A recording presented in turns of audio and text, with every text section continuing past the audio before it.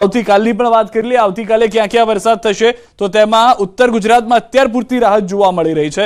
સૌરાષ્ટ્રમાં મોરબી, દેવભૂમિ દ્વારકા, પોરબંદર, રાજકોટ, ભાવનગર, અમરેલી, જૂનાગઢ અને ગીર સોમનાથનો સમાવેશ થાય છે। જ્યારે દક્ષિણ ગુજરાતના જિલ્લાઓની વાત કરીએ તો દક્ષિણ ગુજરાતની અંદર નવસારી, વલસાડ, દમણ, દાદરાનગર હવેલી અને ડાંગ જિલ્લા કે જે અત્યાર સુધીમાં આવતીકાલે વરસાદ થાય તેવી શક્યતાઓ સેવવામાં આવી રહી છે। 2 દિવસની વાત છે। હવે વાત કરીએ 16મી તારીખની। 3 દિવસ જે વરસાદની આગાહી છે તેમાં ફરી એક વખત વરસાદ જે છે તે સૌરાષ્ટ્રની સૌથી પહેલા શરૂઆત કરીએ। મોરબીમાં જોવા મળશે, રાજકોટ, પોરબંદર, દેવભૂમિ દ્વારકા, જૂનાગઢ, અમરેલી, ભાવનગર અને ગીર સોમનાથ આ સૌરાષ્ટ્રના વિસ્તારોની અંદર વરસાદ જોવા મળશે। ત્યારબાદ દાહોદ એક એવો વિસ્તાર કે જ્યાં આગળ છૂટોછવાયો વરસાદ થઈ શકે છે અને ત્યારબાદ ફરી વખત દક્ષિણ ગુજરાતના એ વિસ્તારો તાપી, ડાંગ, વલસાડ, દમણ, દાદરાનગર હવેલી અને નવસારી કે જ્યાં પણ વરસાદ જોવા મળી શકે છે। 3 દિવસની આ પરિસ્થિતિ છે વરસાદને લઈને। અમરેલી જિલ્લામાં ફૂંકાયેલા મિની વાવાઝોડાએ ઊભા પાકનો ખાત્મો બોલાવી દીધો છે। ભર ઉનાળે તોફાની પવન સાથે વરસાદ વરસતા ઉનાળુ ખેતી પાકનો કચ્ચરઘાણ વળી ગયો છે। બાકી હતું તો કરા પડતા ખેડૂતોએ કરેલી મહેનત તબાહ થઈ ગઈ છે। ભર ઉનાળે ખેતરમાં જળબંબાકાર જેવી સ્થિતિ સર્જાઈ છે। વીજળીના કડાકા ભડાકા સાથે પહેલા પડેલા વરસાદે અનેક ખેડૂતોની કમર ભાંગી નાખી છે। અમરેલી તાલુકાના વિઠ્ઠલપુર ગામના ખેતરમાં તબાહી જ તબાહી જોવા મળી રહી છે। ખેતરોમાં રાખેલા પાક પર આકાશી આફત ત્રાટકી અને ત્યારબાદ જે ખાના ખરાબી સર્જાય એનાથી ખેડૂતોના હાલ બેહાલ થઈ ગયા। મહામહેનતે પકવેલા પાક પર એવી તો આફત આવી કે બધું વેરવિખેર થઈ ગયું। તલ, બાજરી અને ડુંગળીના પાકોને વ્યાપક પ્રમાણમાં નુકસાન થયું। અચાનક જ વરસાદ ખાબકતા ખેડૂતો પોતાના પાક પણ બચાવી શક્યા નહીં। માત્ર ખેતરોમાં જ નહીં પણ ભારે પવન સાથે ત્રાટકેલા મિની વાવાઝોડાએ લોકોના ઘર પણ તબાહ કરી નાખ્યા। વિઠ્ઠલપુર ગામનું માઇલસ્ટોન છે એ પણ જમીન દોસ્ત થઈ ગયું છે અને ત્યાંથી થોડે આગળ એક સરકારી કામ શરૂ હતું જ્યાં ખેડૂતોની જમીનમાં ધોવાણ થઈ ગયું। ગ્રામ પંચાયત દ્વારા વિકાસના કામોના બનેલા રસ્તાનું પણ ધોવાણ થઈ ગયું। વિઠ્ઠલપુર પંથકમાં ભારે પવન ફૂંકાતા શેડ ઉડ્યા તો કેટલાક મકાનોમાં મોટા પાયે નુકસાન પહોંચ્યું છે।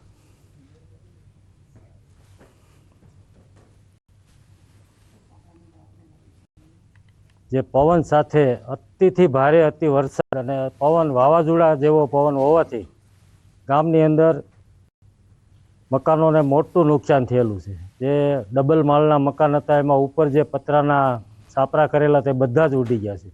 તેમજ નળિયાવાળા મકાન હતા તેમને સંપૂર્ણ નળિયા ઉડી ગયા છે। એટલે ગામની અંદર મોટામાં મોટું નુકસાન છે। મકાન, અનાજ, કઠોળ અને માટે ભારે નુકસાન થયું છે। અને મકાનમાં શું શું નુકસાનીઓ થઈ છે? મકાન માથે બાજુ માથે આવ્યો, બરોબર, 5 મકાન ધરાશય થઈ ગયા છે। નળિયા ઉડી ગયા છે, સાપરા ઉડી ગયા છે, બીજાના ઘર માથે પડ્યા છે, ઘણા સોલાર ઉડી ગયા છે, જીએબીના ધરાશય થઈ ગયા છે, કેબલ તૂટી ગયા છે। બહુ મોટી નુકસાની છે। બોટાદમાં પડેલા કમોસમી વરસાદે બાગાયત પાકમાં ખાઈ સર્જી। ઉત્પાદન સમયે કમોસમી વરસાદ ખેડૂતોને પાયમાલ કર્યા। અચાનક આવેલા વાતાવરણમાં પલટા બાદ અહીં પવન અને કરા સાથે વરસાદ વરસ્યો જેના કારણે બાગાયત ખેતીના ફાલ ખરી જતા પાક પાત થયો। શાકભાજી, ચીકુ, પપૈયા, તલ, જુવારને નુકસાન પહોંચ્યું તો આંબા પરથી કેરી ખરી પડી। તૈયાર પાક પર આફત વરસતા ખેડૂતો હતાશ થયા। ખેડૂતોને આશા હતી કે આ વખતે પાક સારો થશે અને તેમને સારા ભાવ મળશે, પરંતુ વરસાદે ફરી એક વખત તબાહી મચાવી। ખેડૂતોએ વાવેતર માટે વ્યાજે પૈસા લેવા સિવાય કોઈ વિકલ્પ ન હોવાની વ્યથા ઠાલવી સરકાર પાસે સહાયની માંગ કરી। બાગાયતમાં વધારે થયું છે, તલમાં થયું છે, રીંગણમાં થયું છે, ભીંડામાં થયું છે, ઢોરનો ઘાસચારો બધો બગડી ગયો છે। બહુ નુકસાન થયું મોટા પાયે। હવે હાલત તો ખેડૂતને ફૂલ ગંભીર છે, બરોબર। હવે નવાસરથી ખર્ચો બધો કરવાનો થાય, બહારથી લાવવાના થાય પૈસા, લોન ઉપાડવાની થાય। ખેડૂત આમાં કોઈ જોતું નથી। અત્યારે અમુક ખેડૂએ જે ખેતી પૂરી કરી નાખી છે એને તકલીફ છે, એને ફરીને હાંતી અંકાવવા પડશે। અને બીજું અમુક જે કોઈને બાકી હોય તો એને કોઈ તકલીફ નથી, બાકી અમુકે સાહ નાખ્યા છે, અમુક ટપક પથરાઈ ગઈ છે, એ બધાને પવનના હિસાબે બહુ મોટું નુકસાન છે। અત્યારે ખેડૂત નુકસાન અત્યારે જ્યાં અત્યારે ખાતર ને બાતર લાવવાની જરૂર હોય એમ કે હવે આમાંથી કંઈક નવું આવતું જાય, આવક એમાંથી લેતા જાય, બધું પાયમાલ થાય। હાલ હમણાં બકાલામાં કોઈ જાતની આવક આવશે નહીં અને ભાવ વધશે, ઘટ પડે એટલે ભાવ વધશે તો ખેડૂત પાકશે નહીં। જ્યાં ખેડૂત પાકશે તો પછી નિકાસ ને આ તે સરકાર બંધ કરી દે છે અને સરકાર કોઈ જાતની સહાય આમાં આપતી નથી। ખાતરના દવાઈઓના નગર ભાવ જ વધારે છે। શિનોર પંથકમાં પડેલા કમોસમી વરસાદને કારણે કેરીના પાકને મોટા પાયે નુકસાન પહોંચ્યું છે. ગત રોજ વરસેલા તોફાની વરસાદથી કપાસના પાકને પણ નુકસાન પહોંચ્યું. કેરીની ખેતી કરનાર ખેડૂતોના માથે આફતનો માર પડ્યો. આંબાવાડિયા રાખનાર ખેડૂતોની હાલત અત્યંત કફોડી બની ગઈ છે.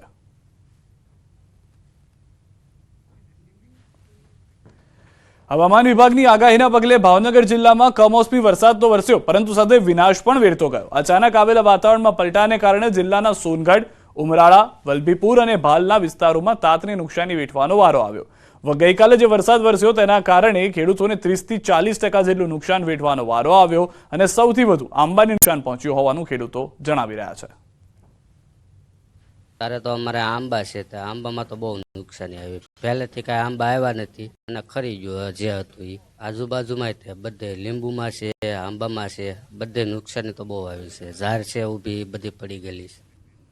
આ તરફ સુરતના રહેવાસી 8 લોકો નર્મદા નદીમાં ડૂબી ગયા છે. મહત્વના અને મોટા સમાચાર, જેમાંથી એક વ્યક્તિને બહાર કાઢી લેવાયો છે, જ્યારે 7 લોકોની શોધખોળ થઈ રહી છે. એનડીઆરએફ અને ફાયર બ્રિગેડની ટીમ લાપતા લોકોની શોધખોળ કરી રહી છે. સુરતથી આવેલા પ્રવાસીઓ નદીમાં નાહવા ગયા હતા, જ્યાં ઘટના બની. મૂળ અમરેલી જિલ્લાના વતની અને હાલ સુરતમાં રહેતા આ પ્રવાસીઓ પહોંચ્યા આવ્યા હતા. ડૂબી ગયેલા લોકોમાં 3 બાળકો 15 થી 17 વર્ષના છે. તમામ લોકો સુરતના સણિયા હેમાદ ગામના ક્રિષ્ના પાર્ક સોસાયટીના રહીશો છે. 5 કલાકથી વધુ સમય બાદ પણ તમામની ભાળ નથી મળી. રાજપીપળા પાલિકાની ફાયરની ટીમ અને એનડીઆરએફની ટીમ હાલ શોધખોળ કરી રહી છે.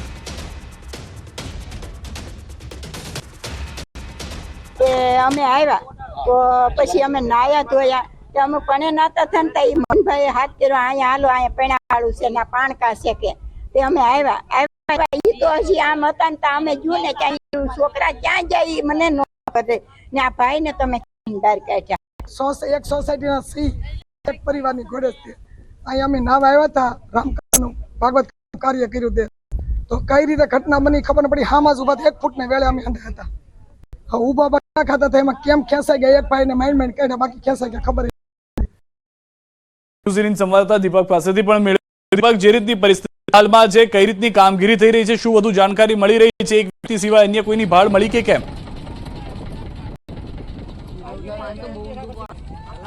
બિલકુલ સિદ્ધાર્થ, વાત કરીએ તો આજે સવારે 12:50 જે સુરતની જે ક્રિષ્ના પાર્ક સોસાયટીમાં રહેતા જે પરિવાર હતો, જે નર્મદા નદીમાં નાહવા પડ્યો હતો અને જેમાં 8 જેટલા વ્યક્તિ ડૂબાયા હતા, પરંતુ એકને બચાવી લેવામાં આવ્યો હતો, પરંતુ હજુ 7ની શોધખોળ શરૂ છે. તમે જોઈ શકો છો તેમ કે જે આ જે એનડીઆરએફની ટીમ અને વડોદરાની ફાયર ટીમ અને નર્મદાની ફાયર ટીમ જે છે એ ટીમો અહીં કામે લાગી ચૂકી છે. કહી શકાય કે જે સવારથી અત્યાર લગીનમાં 5 કલાક થઈ ચૂક્યા છે, પરંતુ હજુ પણ જે 7 લોકો છે જે લાપતા છે અને હજુ સુધી મળ્યા નથી. ચૂકી છે, તંત્ર ખડે પગે છે. આપણી જોડે પ્રાંત અધિકારી છે, તેમની સાથે વાત કરીએ. સાહેબ, કઈ રીતના આપણે શોધખોળ કર્યા છે, કેટલી એનડીઆરએફની ટીમને કોણ શોધખોળ કર્યા છે? લોકલ સર્વે પહેલા શોધખોળ કરી, એની બાદ હાલ એનડીઆરએફની 2 ટીમ આવી ચૂકેલી છે. એનડીઆરએફની બંને ટીમ છે એ આપ જોઈ શકો છો શોધખોળ કરે છે. વડોદરા ફાયરમાંથી 2 ટીમ આવી ગયેલી છે, એ પણ શોધખોળ કરી જ રહી છે. એ સિવાય આપણને લોકલ સર્વેયાઓ છે અને લોકલ માછીમારો છે, એના દ્વારા પણ સતત પ્રયત્નશીલ કરી રહ્યા છે કે જલ્દીથી જલ્દી આપણને શોધી શકીએ. બિલકુલ સિદ્ધાર્થ, ખાસ વાત કરીએ તો જે એમના પરિવારજનો છે, પરિવારજનો પણ અહીં પહોંચી ચૂક્યા છે. તમે જોઈ શકો છો તેમ કે જે પરિવારજનો છે તેમને પહોંચી અમને ખાસ વાત કરીએ. કાકા, કયા સિટીના હતા અને કેટલા વ્યક્તિ ગુમ થયા છે અને અત્યારે શું કાર્યવાહી થઈ રહી છે? અમને ખબર પડી એટલે અમે તરત રવાના થયા. બરોબર, અમે પહોંચી ગયા. અમને અહીંયા સમાચાર મળ્યા તો 6 છોકરા અને 1 આદમી જેન્ટ્સ એ સાથે તણાઈ ગયા. એમાં એક જ ઘરના 4 છે, એક બાપા અને 2 દીકરા એના અને એક એના ભાઈનો દીકરો. પછી 3 દીકરા બીજા છે, એમાં એક રાજુલાનો છે, જિંજાળાભાઈનો છોકરો રાજુભાઈનો, અને 2 અન્ય કોટડીના છે. એટલે ટોટલ 6 છોકરા અને 1 જેન્ટ્સ. ખાસ કરીને વાત કરીએ તો સુરતથી અહીંયા સુધી આવ્યા હતા, શાના કારણે આવ્યા હતા? નીલકંઠ મંદિરે દર્શન કરવા આવ્યા હતા. કુબેર ભંડારી ત્યાં દર્શન કરવા આવ્યા હતા. ખાલી વેકેશન છે એટલે દર્શન કરવા જાય છે. આ કયા એરિયાના વ્યક્તિ છે, ત્યાંના રહેવાસી છે? ખાસ કોટડી ગામના 5 અને રાજુલાના 1 અને એક કોટડીના બીજા છે. તો નર્મદાથી અપડેટ મળી રહી છે. ફરી વખત દીપક પાસે પણ જઈશું, તેમની પાસેથી વધુ માહિતી પણ મેળવતા રહીશું. હાલમાં જે જાણકારી છે તે પ્રમાણે અનેક અપડેટ્સની રાહ જોવામાં આવી રહી છે.